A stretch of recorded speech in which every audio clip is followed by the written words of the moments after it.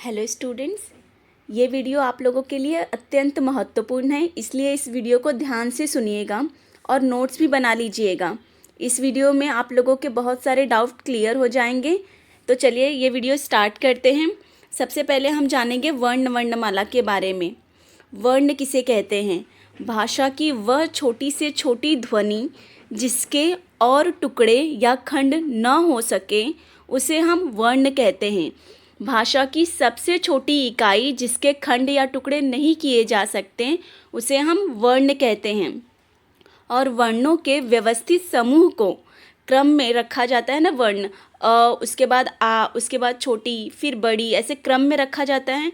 तो वर्णों के व्यवस्थित समूह को हम वर्णमाला कहते हैं। वर्ण के दो भेद होते हैं, पहला स्वर और दूसरा व्यंजन। स्वर का देखिए, जिन वर्णों को बोलने के लिए स्वर की सहायता न लेनी पड़े उसे स्वर कहते हैं, और जिन वर्णों को बोलने के लिए स्वर की सहायता लेनी पड़े उसे व्यंजन कहते हैं। इसके बाद है अयोगवाह। हिंदी वर्णमाला में ऐसे वर्ण जिनकी गणना मतलब गिनती न तो स्वर में और न ही व्यंजन में की जाती है उन्हें अयोगवाह कहते हैं। अंग और अह ये अयोगवाह वर्ण हैं। यहाँ देखिए, जिन वर्णों के उच्चारण में दूसरे वर्णों की सहायता नहीं लेनी पड़ती है उसे स्वर कहते हैं। और स्वरों की संख्या 11 होती है।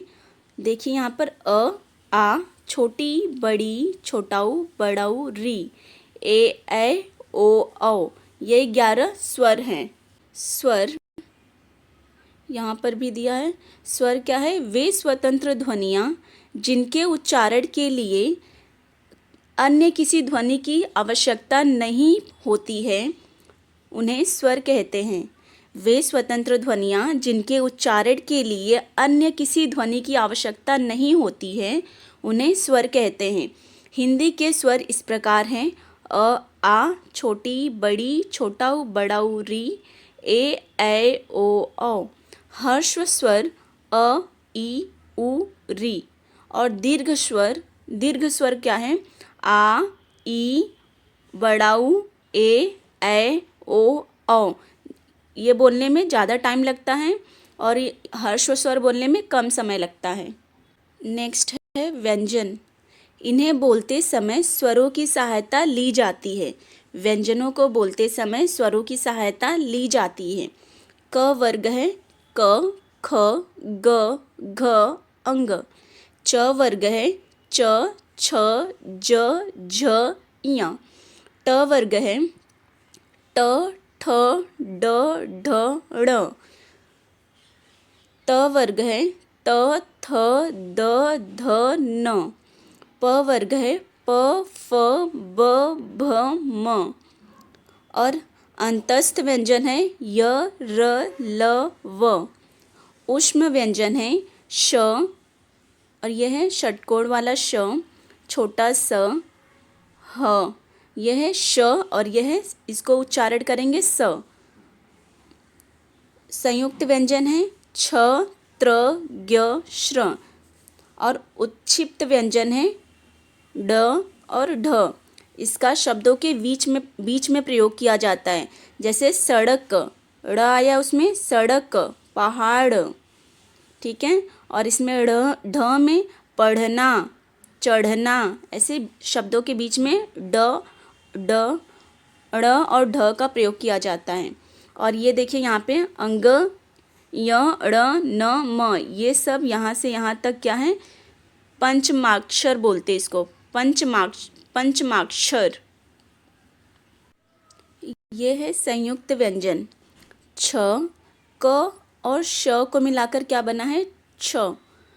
त और र को जोड़कर त्र। ज और ञ को जोड़कर ज्ञ। श और र को जोड़कर श्र।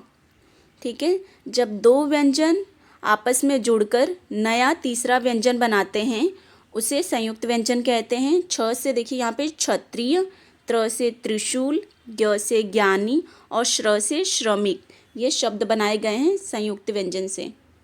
ये है उत्क्षिप्त व्यंजन। इसको इसका उच्चारण है ड और इसका उच्चारण है ढ।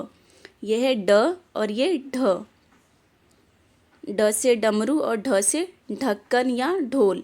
और यह है ड़ और यह है ढ। ड से डमरू, ड़ से पकड़, पकड़ बना सकते हैं शब्द। और ड़ से कौन से शब्द बना सकते हैं? पहाड़, सड़क, पेड़। और यह है ढ। ढ से ढक्कन, ढ से ढोल। और यह है ढ। पढ़, पढ़ना, चढ़, ये सब क्या है? उत्क्षिप्त व्यंजन। यहाँ पर है संयुक्ताक्षर। संयुक्ताक्षर पाई या खड़ी रेखा हटाकर मच्छर, अच्छा, प्यार, प्यासा, प्यास, त्याग, सत्य, ध्यान, मध्य, बस्ता, नमस्ते। और यह है हलंत लगाकर। ठीक है, ये लाइन जो है ना, तिरछी लाइन, उसको हलंत कहते हैं। हलंत लगाकर कैसे शब्द बनाया गया है? विद्यालय, विद्युत, चिट्ठी, गट्ठर, बुढ़ा, गड्ढा। और घुंडी हटाकर, घुंडी हटाकर, मक्खी, मक्खन।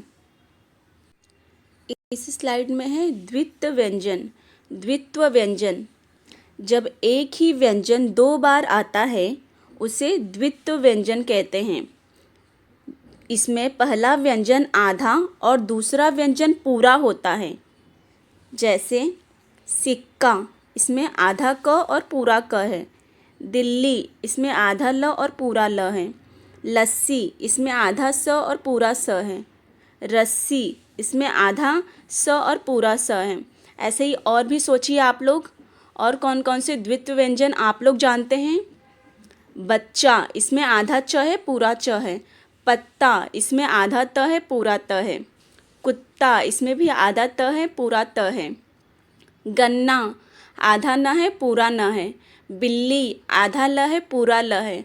मक्का, आधा क है और पूरा क है। ठीक है, ऐसे ही बहुत सारे द्वित्व व्यंजन आप लोग भी जानते होंगे। तो नेक्स्ट पढ़ते हैं हम लोग र के रूप। र के कौन कौन से रूप है, इसे ध्यान से देखिए, बहुत इंपॉर्टेंट है। आप लोग बहुत बार मिस्टेक करते हैं इसमें। पढ़ो और समझो।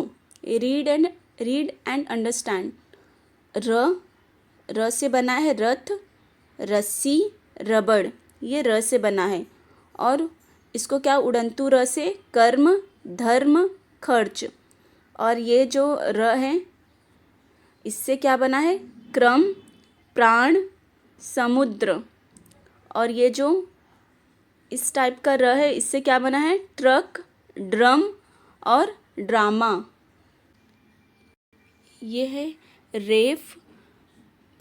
यदि र स्वर रहित, बिना स्वर का हो, तो यह अपने बाद आने वाले व्यंजन के ऊपर लगाया जाता है। यदि र स्वर रहित हो, स्वर रहित मतलब स्वर के बिना हो, तो यह अपने बाद आने वाले व्यंजनों के ऊपर लगाया जाता है। उसके बाद ये है पाई वाले व्यंजन के साथ लगाया जाता है। पदेन क्रम, पाई वाले व्यंजन के साथ लगाया जाता है। जैसे क्रम, इसमें पाई है तो यहाँ पर लगाया गया है, प्राण में पाई है, लगाया गया है। और यहाँ पे जैसे यहाँ पे चक्र, ग्रह, चंद्रमा, यहाँ पर लगाया जाता है। और बिना पाई वाले व्यंजनों में ये लगाया जाता है। बिना पाई वाले व्यंजनों में जैसे ट्रक, ड्रम और ड्रामा, ट्रैक्टर, ऐसे सारे शब्दों में। अनुस्वार। अनुस्वार एक बिंदु मात्र नहीं है, यह स्वर रहित पंचम व्यंजन वर्ण है। यह स्वर रहित पंचम व्यंजन वर्ण है।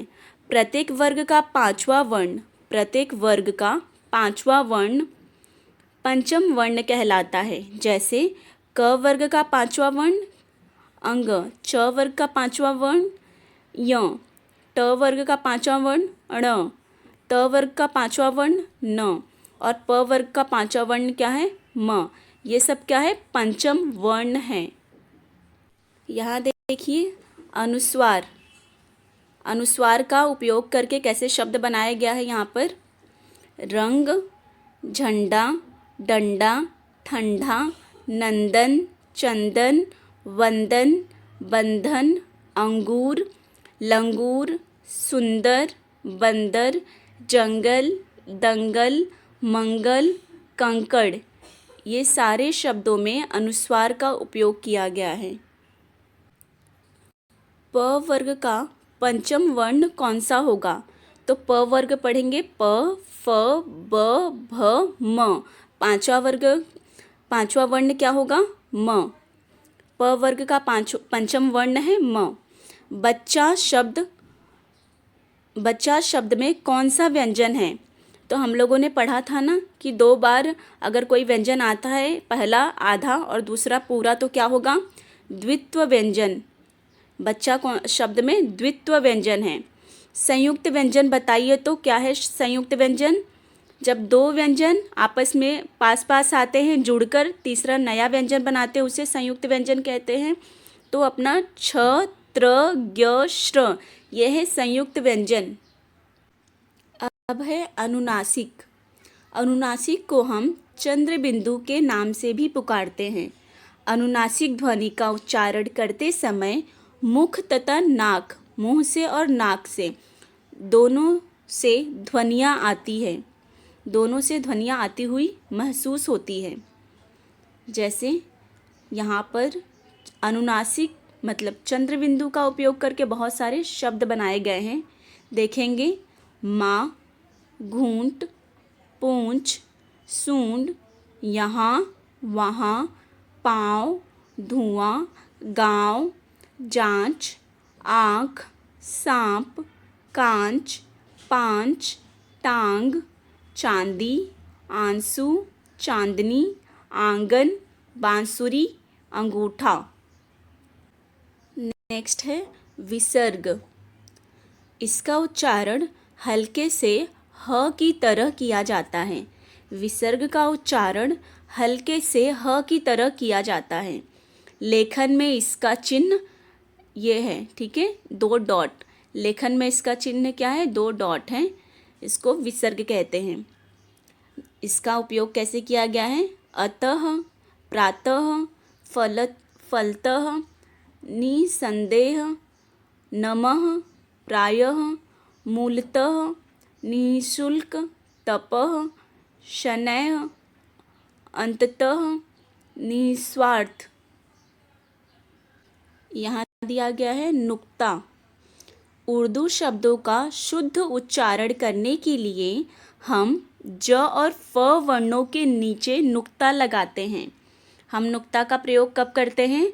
उर्दू शब्दों का शुद्ध उच्चारण करने के लिए हम ज और फ वर्णों के नीचे नुक्ता लगाते हैं। जैसे राज, नज़र, ज़्यादा, मरीज़, जहाज़, हजार, सफ़र, नज़ाकत। आगत ध्वनियाँ, यहाँ पर दिया गया है आगत ध्वनियाँ। ध्यान से सुनिएगा। औ अंग्रेजी से हिंदी भाषा में आया है। ये जो औ है वो अंग्रेजी से हिंदी भाषा में आया है।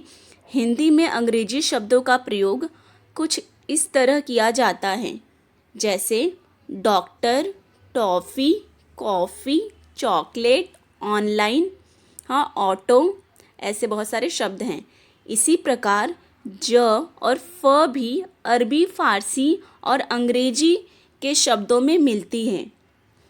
ज और फ भी अरबी, फ़ारसी और अंग्रेज़ी के शब्दों में मिलती है। जैसे hot, ball, coffee, rose, is, zero, prize, फरियाद, फतवा, फ़न, काफ़िला, cough, fail, fight, fine. I hope कि आप लोगों को ये वीडियो पसंद आया होगा। बार बार रिवाइज़ करेंगे तो अच्छे से याद हो जाएगा आप लोगों को। यदि वीडियो पसंद आए तो लाइक, शेयर एंड सब्सक्राइब करें।